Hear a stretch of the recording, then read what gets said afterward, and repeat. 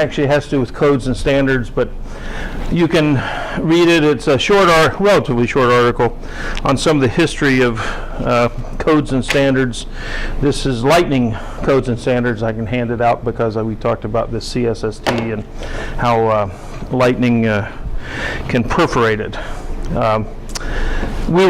If there are any questions, if there's no questions, then I'll go back into what we were talking about, which was basically observables, and we were going from the sublime to what I call the ridiculous, and this is the NIST F1 atomic clock, 1 part in 10 to the 15th accuracy, which is 1 second in 30 million years, so we have a pretty good handle on time today in terms of sublime. But I was going to talk about the most, give you a little case study on the most accurate measurement ever attempted, and that is the Laser Interferometric Gravitational Observatory. Okay, it's a joint project. Oh, can't read it. Maybe I'll turn the lights off. Let's see if we can. Still can't really read it, but it's got MIT up in the corner here. This is the MIT website. There's a Caltech website. There's the MIT logo right there. You can barely see it. But back in 1992, a scientist in the physics department, Ray Weiss, who had started out at MIT as a technician, got his PhD in physics, and now is retired. But 20 years ago, he and two people from Caltech proposed to the National Science Foundation what has become the largest National Science Foundation project in terms of cost that's ever been attempted. And they built 2 interferometers. If you remember from your freshman physics Michelson-Morley experiment, they had a little interferometer where you split light on 2 perpendicular axes, and you send part of the light down this way and part of the light down that way, and then you have mirrors at the other end. They come back, and if you actually see the beating frequency as the wavelength of the light, and you can measure the length very precisely along the length of those interferometers. Well, these interferometers are 4 kilometers long, and there's one located in Hanford, Washington, which is a desert, as you can see, and the other one is located in Lafayette, Louisiana, which is not a desert. It's surrounded by a swamp. Okay, but again, they look pretty much the same. This is about a $500 million project. You can't even take a picture of the whole thing except from space. This is the one in Lafayette, and here's the 2 4-kilometer long axes.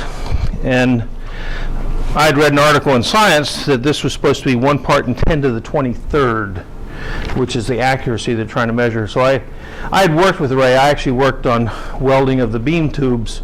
It's about a 4-foot diameter tube, 4 kilometers long. And this is actually in Ray Weiss's handwriting. Okay, he came down to my office to explain this to me. They're trying to measure a length difference that's, the way they write it down, 10 to the minus 23rd per square root of hertz. Anybody have an idea why you do square root of hertz? This is how frequently you sample the measurement. Well, yeah, you could call it Nyquist frequency, but whenever you're dealing with the Gaussian distribution, remember the precision plot? You had the bell curve. You're trying to make a measurement. Here we're trying to measure a length. And they're trying to measure gravity waves from space to confirm Einstein's general theory of relativity. And gravity waves are created when a supernova occurs, and it sends waves out through space, which will change the weight of everything. So you're gaining weight and losing weight very frequently. Okay, it has several tens of 20 times a second. If you just combine all the weight loss and not the weight gain, anyway, if you can figure that out. Anyway, but they do it as square root of hertz, because if you sample for a long period of time, you can get better accuracy. If you sample for a shorter period of time, you can get more measurements. And so there's a trade-off of, do you want lots of measurements to get good statistics, or do you want more precision by sampling for a longer period of time? Well, these waves will actually go through there, too fast. If you sample over too long a period, just average everything out. So anyway, he said, well, the length is 4 kilometers. This is in meters. I mean, he's a physicist. He doesn't put units down, you know. I mean, come on.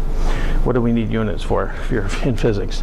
4 kilometers, and if you're talking about 1 second, because even as a physicist, he could take the square root of 1.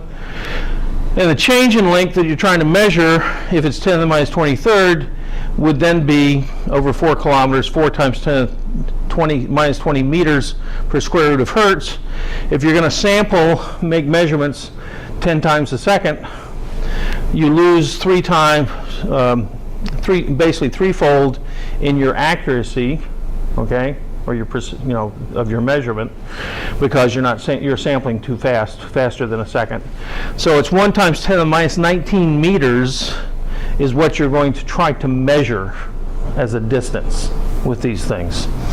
And so they have these like 12-inch diameter tungsten spheres that have a mirror on them back in that little building where the two lines come together. And they have a mirror at the other end. They had to align these tubes within about 3/16 of an inch, I think, over 4 kilometers. No one had ever surveyed anything that accurately. Civil engineers didn't know how to do it because no one ever had to do 4 kilometers. You actually have to start accounting for the curvature of the Earth, okay, when you start doing something like this. And they ended up setting up using the GPS system, which civil engineers use all the time for surveying now, but they actually had to do the little base stations which increase the accuracy of the GPS and things to be able to even align these things on their foundations. Okay? And there were all kinds of things. They had to do it in a vacuum, because when you're trying to measure something this small, I told you that light changes speed in a vacuum, and so they're down at about 10 to the minus 12 atmospheres, okay?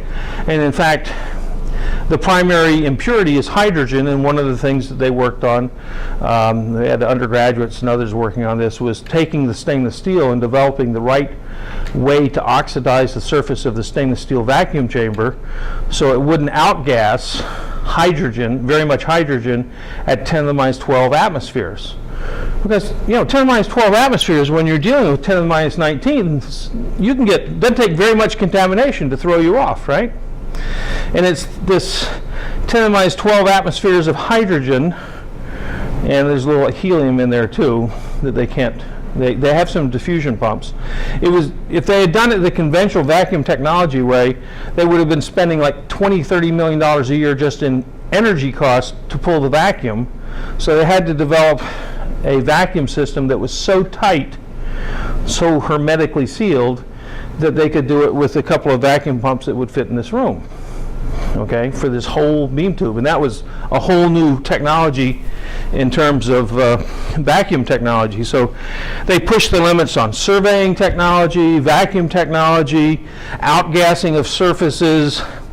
And this is when I learned 15 or 20 years ago that some of the best engineering at MIT is done in the School of Science. I'd like to say some of the best science is done in the School of Engineering, but I'm not sure if I can say that. But nonetheless, it's amazing the types of things that, when they get to these $500 million projects, the types of problems they have to solve are real engineering problems, okay, as mundane as pushing the limits of surveying technology. In any case, that's LIGO, which you can say is Sublime Measurements.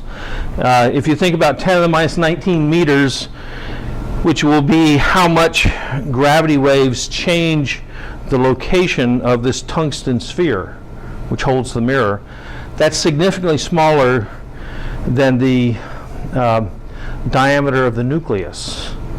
Okay, the nucleus I think is like 10 to the minus 13 meters or something. So we're like 5 or 6 orders of magnitude smaller than the diameter of the nucleus. Okay, and that's the distance they're trying to measure. So it's pretty interesting, but it is sort of sublime, and it's not something everyone wants to do. It's almost equal to the NIST annual budget, Okay, and then NIST has this precision measurement group, which is one little, 1 or 2% of their annual budget, okay, to make the most precise measurements of time and length and things like that.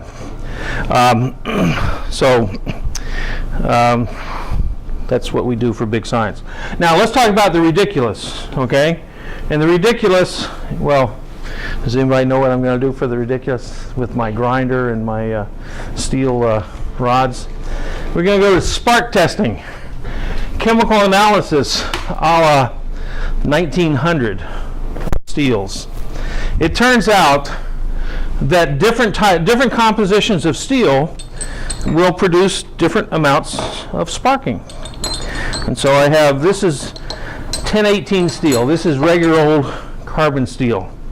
And when I worked for a steel company 40 years ago, which is almost an eternity, there were guys out there in the steel company who had been working for 30 years doing spark testing out in the field, because they'd have a big yard where they had the steel, they had rolled the steel or had big bars of steel out there in the yard.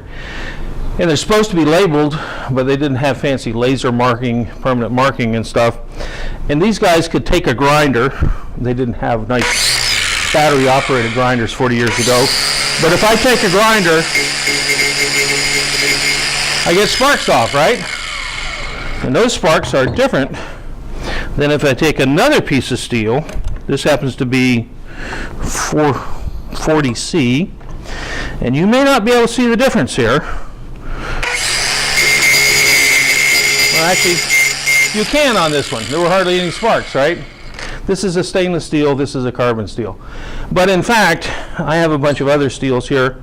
This is 1045 steel, which is a little bit more carbon. This is medium carbon, that's low carbon. And if I grind this versus I grind that, it's just the difference in the little sparks on the end, okay? There's a high carbon steel with lots of sparks. Mild steel B, very few secondary sparks. So compare this with that and see if you can see.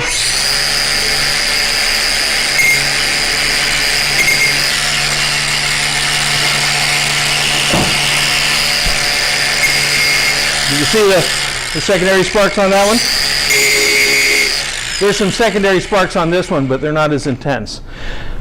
I can't tell the difference if you put these two in front of me. But if you have been doing it for 30 years, you could tell the difference. And these guys had like 99.9% accuracy in going out there in the yard. And I have some alloy steels here too.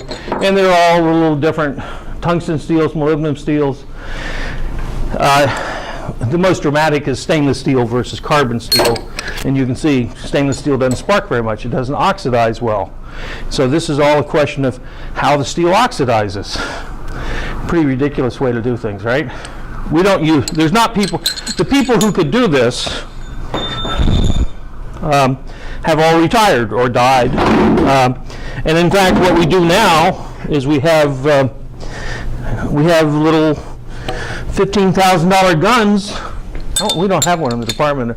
Not in the department, CMS they have one. Oh, okay. I'd like to get one.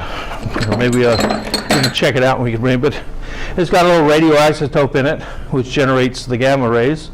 And you put it up to a piece of steel. Gives you a nice digital display of like 10 different elements in it, within about plus or minus a few tenths of a percent. So you don't need a guy who can look at sparks and tell you what it is. But that's one of the ways people used to do things. So there's lots of complex ways to do things like LIGO, and then there's lots of simple ways to do things. So what I wanted to do is we're going to give you a test. And there's only 3 or 4 of you. So unfortunately, I didn't give you a set of these balls, did I? I had 4 of these at one time.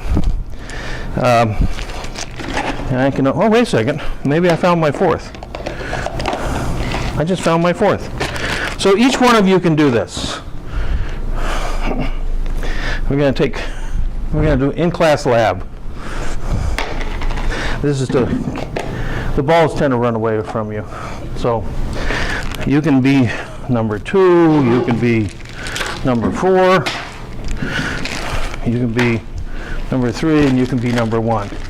I'm going to give you a sheet of paper and give you about 4 or 5 minutes. There are, I think, like 11 balls, 12 balls or something in there. But these are the 19 things the balls could be. Sorry. And you've got a few minutes to see how many you can figure out. Anybody need a pencil? I will tell you, the last time I did this, people were only getting 4 or 5 out of 19. Oh, you can only get 11 or 12 because there's not 19 there. Okay. I have all 19 in the bag down there, but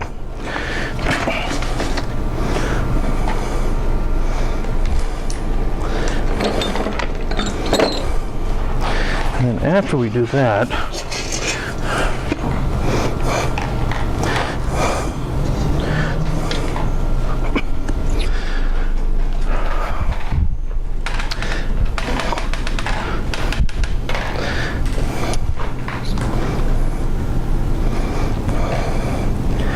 don't use that yet, it's a magnet.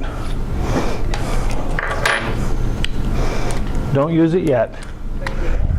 Yeah, see how many you can do without the magnet, and then you can use the magnet to see if you can figure out any others.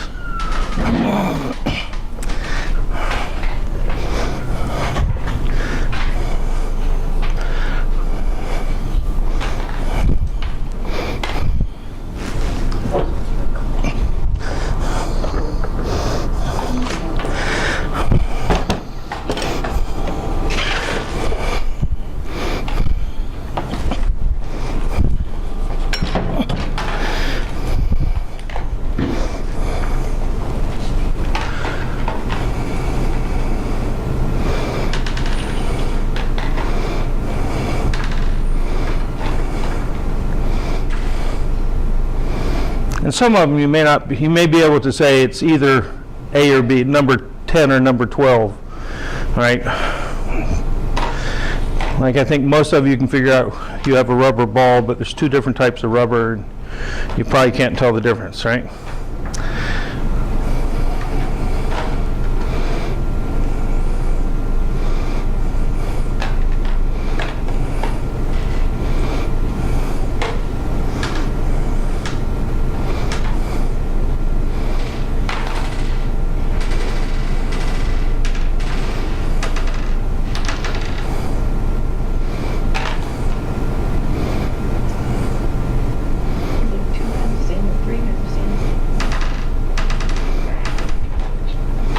Well, if you think you've gotten as many as you can get, you can then use the magnet. I just want to make a note of how many you were able to distinguish with the help of magnet.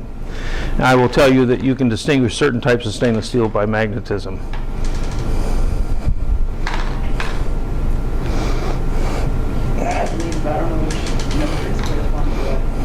Okay, well, we'll talk about it. So if you can sort out one of your stainless steel balls, but well, anyway, there's some carbon steel balls in there too, and you can't really, unless they're rusty, you can't tell the difference between carbon steel and stainless, right?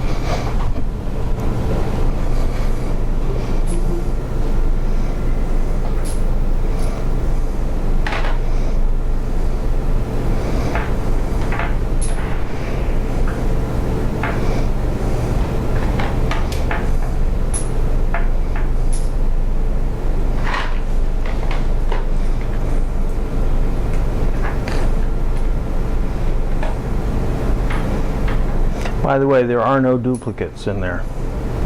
Okay.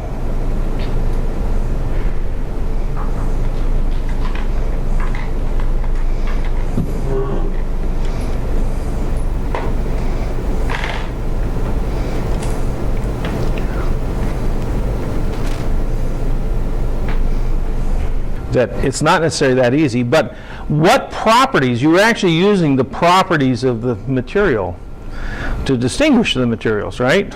And that's a measurement. I know that everyone got the first one. Brass, right? And what property did you use? Color, right? Color's a property, okay? And in this case, everyone got that first one, okay? I bet most people got the second one. What property did you use to find the aluminum ball? Aside from color, but it was density. Most of you found it first on density, right? Some of you might have found it first on color, but it was either color or density, right? So that's another property. Low carbon steel. Did anybody figure out which one of those steel balls is low carbon steel? It's not that easy unless it's rusty. If it's a little bit rusty, you figured it out, right? So you can do it on corrosion resistance. But you couldn't tell it on density, and you really couldn't tell it that easily on color. If you were really good, you probably could tell it on color. If you were a guy who, just like the guys with the spark testers who had been doing it every day for 30 years, you could probably look at the color. You go in a machine shop and you see a machinist, he could look at those balls and he could tell you whether they're 9/16, 7/16, or ½ inch. They all happen to be ½ inch. You know, if I just put a 7/16 and a 9/16 ball on the table and asked you what's the diameter of those and didn't tell you one was 7 and one was 8/16, I'd get about a 50-50 on the average person. But a machinist who's sitting there dealing with these dimensions and things of these dimensions every day can tell probably 98% of the time. He'll get it right if you give him something unknown. So a lot of it is experience in doing things. The stainless steels. You were able to distinguish one of the stainless steels was magnetic and the other two were not, right? That's what it should have been anyway. And that's because the 300 series steels are austenitic, they're 18/8, they're non-magnetic. I need one of your magnets. And you'll see if you take some of the lectures, I use this Farberware pot a lot of times. It's non-magnetic down here because it's 18/8 stainless. Actually, it's a 304 stainless. Up here, it actually is quite magnetic. Okay, if I have that little red magnet, whoever ended up with that, that's the one I usually use. And that little red magnet sticks to this thing right up here.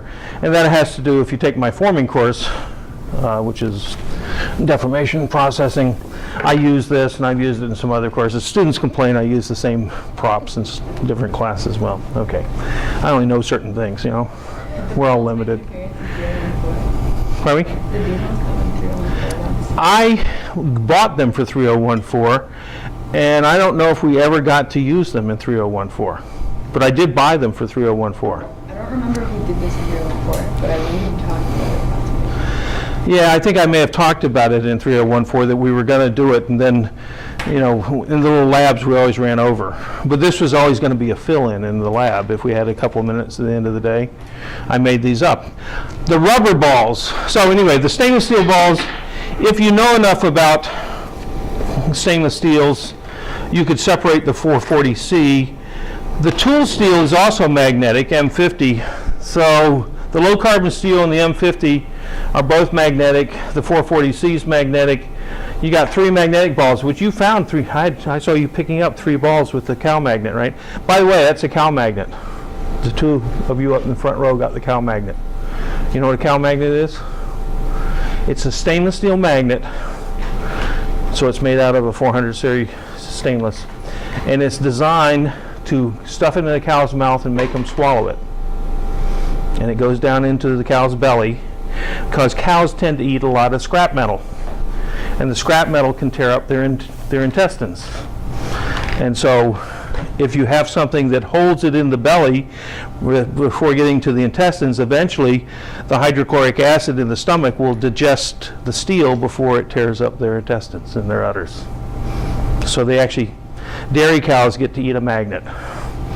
They're called cow magnets, and they're cheap, and they're stainless steel. They don't rust. Okay, so I bought a couple of cow magnets. Isn't that nice? They've never been inside a cow. Don't worry about it. I didn't have to. Okay, the tool steel, you'd have to do something like a spark test. You'd have to start doing something destructive. I was asking you to do this non-destructively and without a lot of tools around. Use density, use color. You might have tried to use hardness on some of these other things. You were using coefficient of restitution. Did you know that? You were bouncing the balls, right? Yeah. That's the coefficient of restitution, right? There were two rubbers. I can't tell the difference, but Viton is a fluoroelastomer. If I wanted to do it non-destructively and I happen to have a scanning electron microscope, I could put it in the SEM and see which one's got fluorine, right? It's non-destructive. All I need is a $250,000 instrument. Easy. Okay, Torlon. Anybody get Torlon? Yeah? Which one is it? Yeah, that's color again, okay? But you have to know something about plastics. Acrylic, you probably you think you got acrylic, right? The acrylic and polystyrene, or that should be polystyrene, are a little bit difficult because they're both sort of crystal clear, okay? There is a simple test to tell the difference between acrylic and polystyrene that is destructive. If I'd given you a plumber's torch or a match, you could have slightly burned them and you would have been able to tell from their smell. Okay? That's another thing for polyethylene. Polyethylene, anyone knows what it smells like when it burns? And this is it's a standard trick. Someone will take a little razor blade, they'll take a little piece of the plastic, if they don't know if it's polypropylene or polyethylene, versus some other plastic that just looks milky white. And they look at it, and you can't tell by looking at it, but if you take a little piece and you drop it in the flame, and it smells like paraffin wax. Why does polyethylene smell like paraffin wax? It has this exact same chemical formula, C2NH2N plus 2. It's just a longer chain piece of paraffin wax. And polypropylene smells almost the same because I can't remember, its formula is it's just a couple of extra carbon. It's got ethyl groups rather than methyl groups off the side, type of thing. Or it's got methyl groups rather than hydrogens off the side. Anyway, I'd have to write it down. Anybody get tungsten carbide? You got it? Heavy? Okay, density. Also, if you could do it, if you had something to scratch it with, you wouldn't scratch the tungsten carbide. Anybody get the aluminum oxide? Or the silicon nitride? You got the silicon nitride? Two of you have silicon nitride and two of you have tungsten carbide. That's because those balls cost about $50 a piece. Okay? They're high-tech ceramics. And so I didn't buy, the low-carbon stainless steel balls, it was like $3 for a bag of 100, okay? And I couldn't buy less than 100. The stainless steel ball, or the tungsten carbide balls, you buy them one at a time at $50 a pop, or something like that. These all came out of McMaster Carr. Aluminum oxide, some of you probably got aluminum oxide based on, nobody did? That looks like it's probably right. Hard, white, dense, not very dense, light like aluminum. Aluminum oxide's a little heavier than aluminum, but not much heavier. Aluminum oxide, nylon. Some people might have gotten nylon by color. It's kind of a different milky white. If you burn it, it smells slightly putrid. Not putrid, but anyway. Anyway, how many did you get? We'll now do the competitiveness of the MIT students. 5, 6, 7, 3. I don't know if you count the rubber. You can count the rubber. Okay.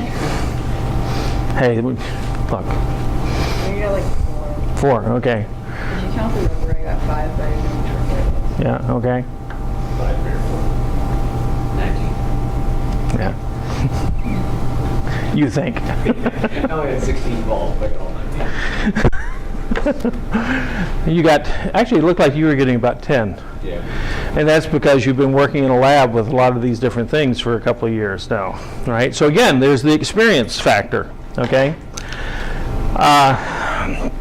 Anyway, the point is, we analyze things all the time without really analyzing them. I sometimes will hold up a piece of aluminum and I'll say, when I'm teaching a communications lecture, I'll hold this as a piece of, what is this? This is polypropylene, I think, or polyethylene, one of the two. Anyway, I'll hold up a tensile bar and I'll say, what is this? And it'll be an aluminum tensile bar.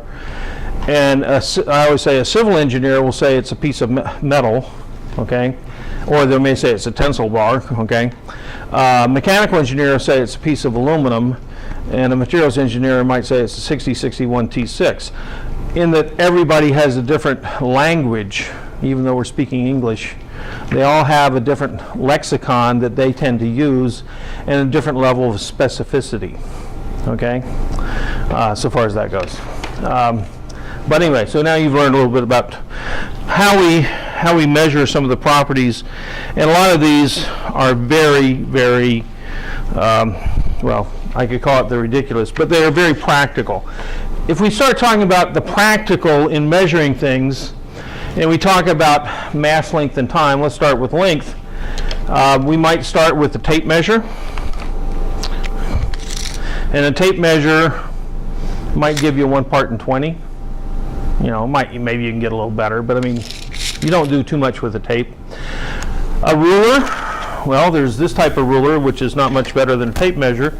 There's this type of ruler, which is a machinist ruler, which has got gradations on here in 64ths of an inch. So this can give you about 1 part in 100 or 200 for a ruler. There's a micrometer, or this I didn't have in my office, I only had a vernier caliper, but this has got a dial gauge, and it gives you about 1 part in 1,000, okay? Just mechanical movement. If I did have in my office, but the battery was dead, an electrical one of these, and it'll give you about 1 part in 2,000. It'll give you a 1/2 thousandths over an inch or something like that, okay? And then there's gauge blocks, which I just happen to have right here. Anybody know gauge blocks? You haven't seen gauge blocks? You know gauge blocks, okay, as a machinist. Okay, gauge blocks. In this case, I got the good gauge blocks, which are chromium carbide as opposed to tool steel. And these are made out of chromium carbide so no one will scratch them. And gauge blocks are used by machinists and have been for about 100 years to very precisely measure length. They're ground so precisely on the end that they will actually stick together adhesion just by the little bit of grease that's on there. That's the adhesive.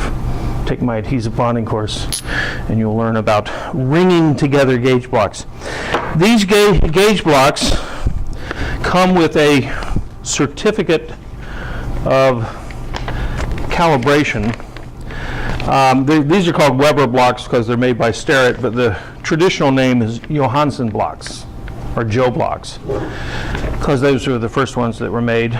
But this one, it tells you that these measurements were made using the international inch because they're different inches, okay? Different calibration societies, right? 1.000 inch equals 25.4 millimeters exactly. That is a defined definition of an inch. Back in terms of millimeters, which are defined in terms of the speed of light, right?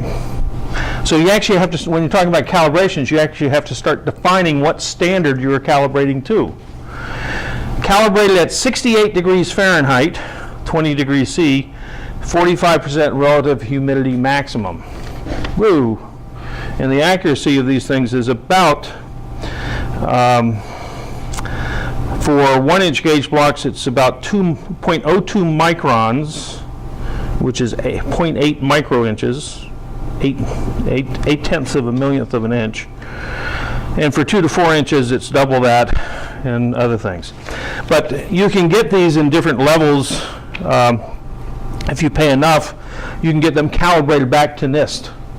NIST will have done, you can get what they call master blocks, and they will be calibrated back as if NIST measured them.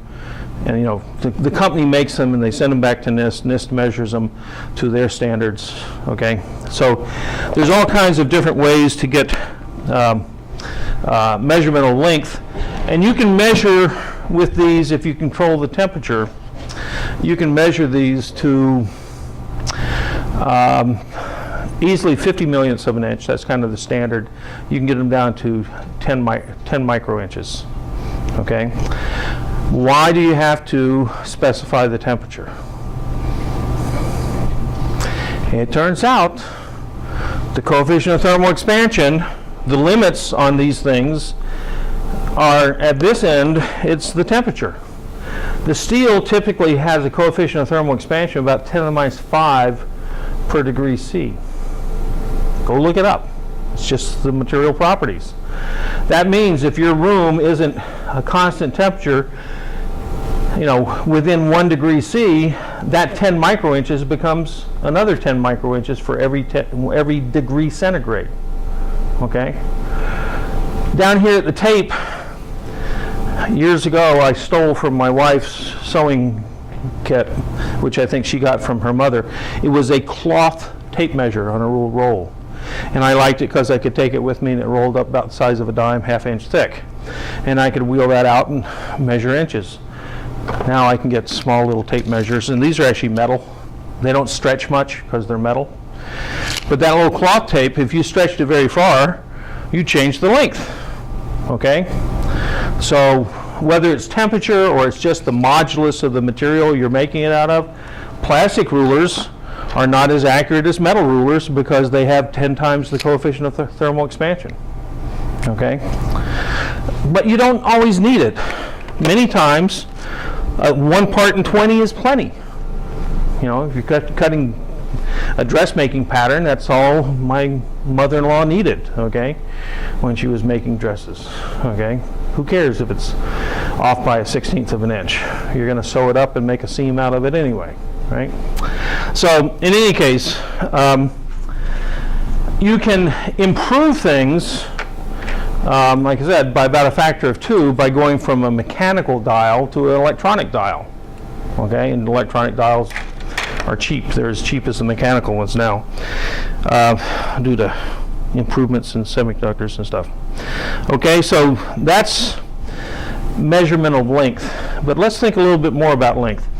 What are the most precise things that we manufacture? After all, this is supposed to be a course on manufacturing, right?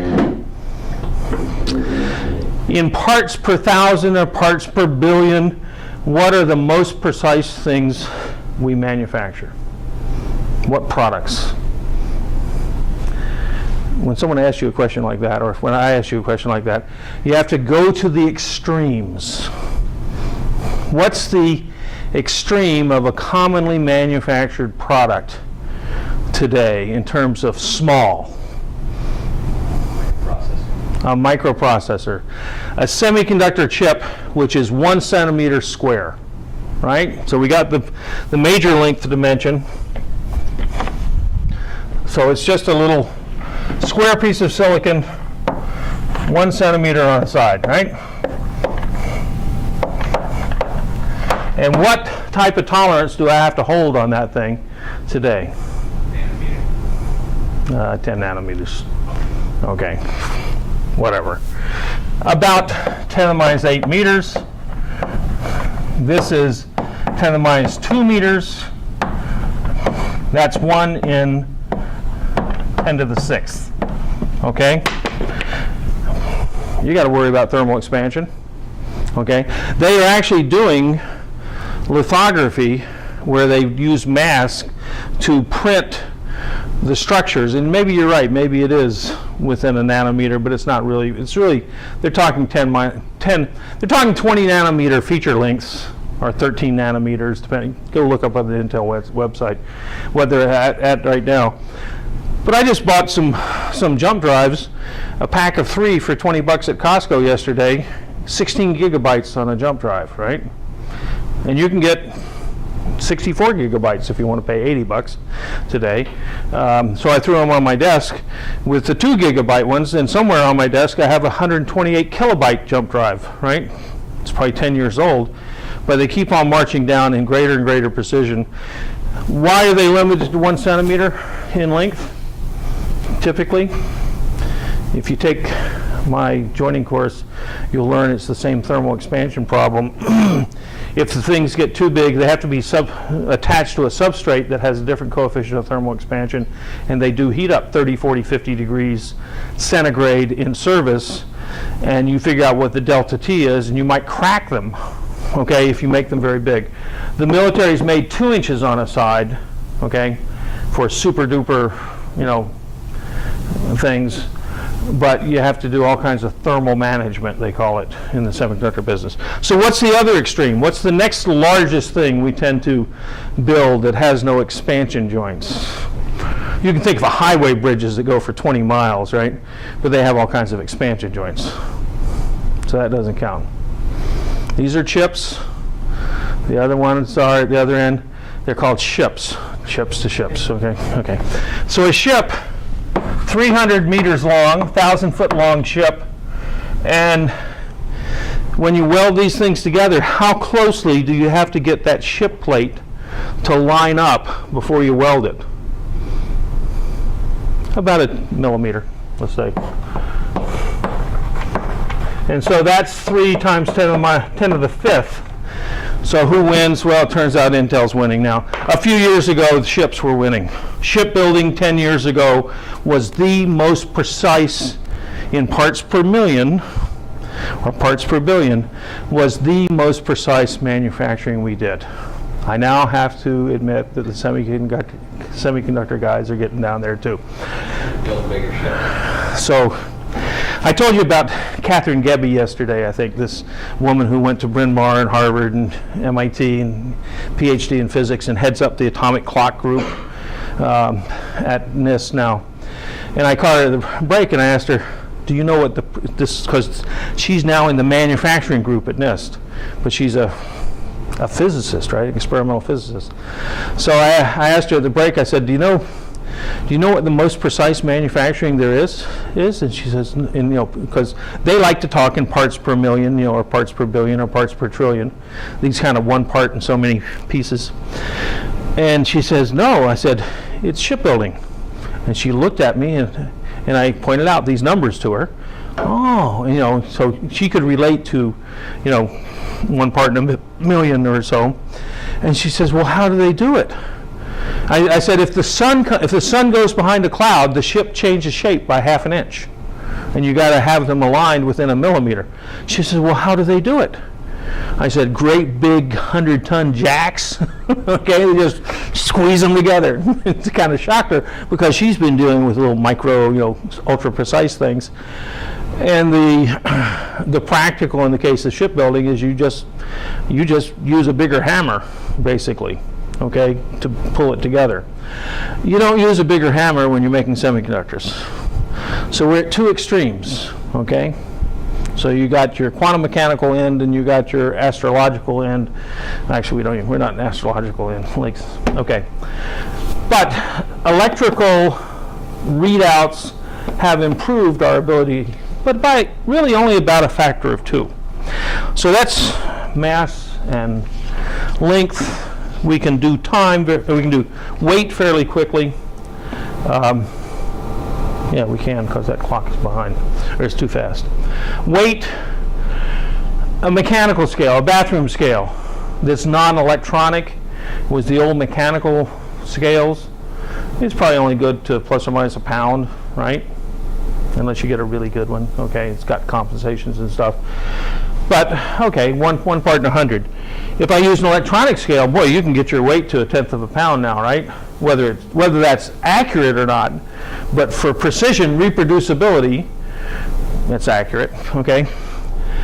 If you are weighing something for a chemical analysis in a chemistry lab, gravimetric analysis, basically weighing your sample and then digesting it and measuring, what the concentration is still one of the most precise at about 1 part in 5,000.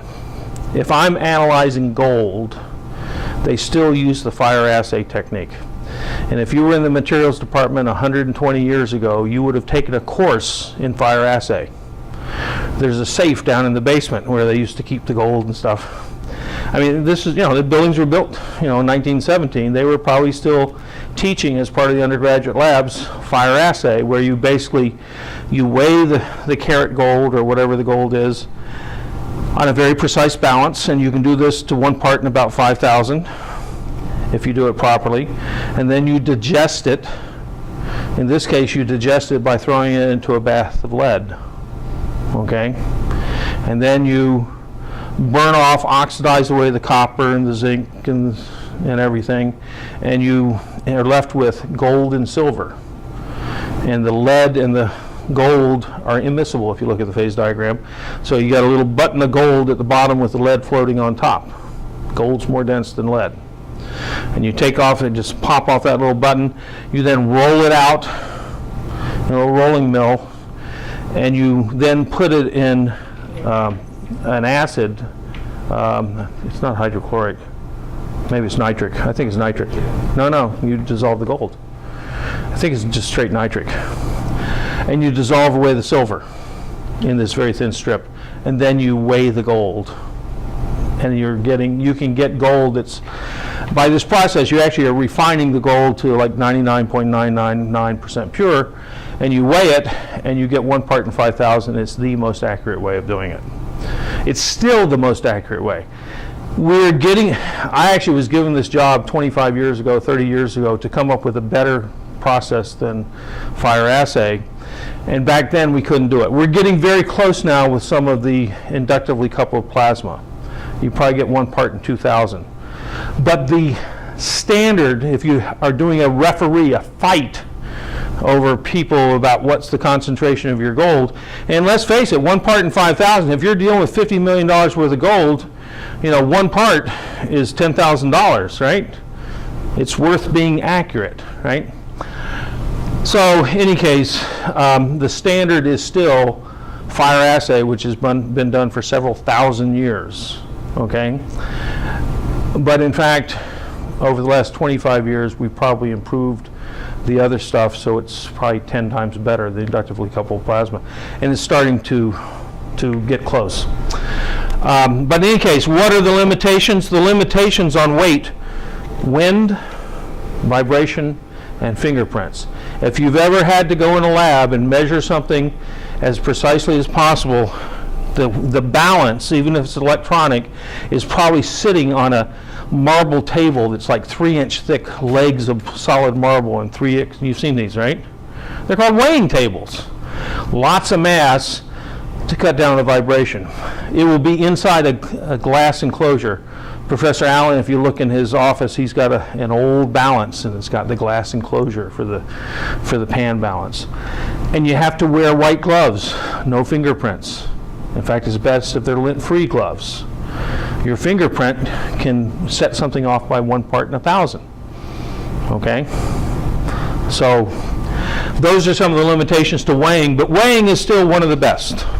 Okay? Time. What about time? That was what Frodo, no, it wasn't. That was the Hobbit asked, right? Time heals all things. So what's the history of measuring time? We used to have mechanical clocks, and there are people who spend their lives and buy antique clocks and for fantastic amounts of money. And the ancient mariners, why did the Navy build the global positioning system? It's always been a problem of knowing not your latitude, you can get that from the sun, but your longitude, okay, has always been a classic problem in navigation of the oceans.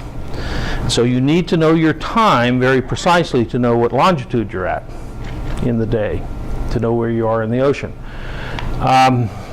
So mechanical clocks, you could get something that's you know, accurate to, I don't know, 1 second in a day or something like that. And then we got quartz clocks before you were born, but during my lifetime, quartz clocks didn't exist when I was born. We had mechanical clocks.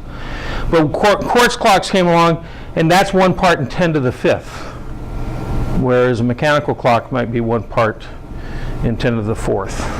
But quartz clocks divide time up, well actually, I guess if I think a mechanical clock divides time up into like 100 hertz. An electronic quartz clock divides time up into 1/100,000th or 1/1,000,000th of a second. An atomic clock divides time up in 1 part in 10 to the 10th seconds. And NIST F1 does it in 1 part in 10 to the 15th, right? So time is not really a problem in measurement right now. We have made tremendous strides over the last 50 years, okay? So the 3 fundamental quantities of mass, length, and time, those are sort of the limitations. Okay.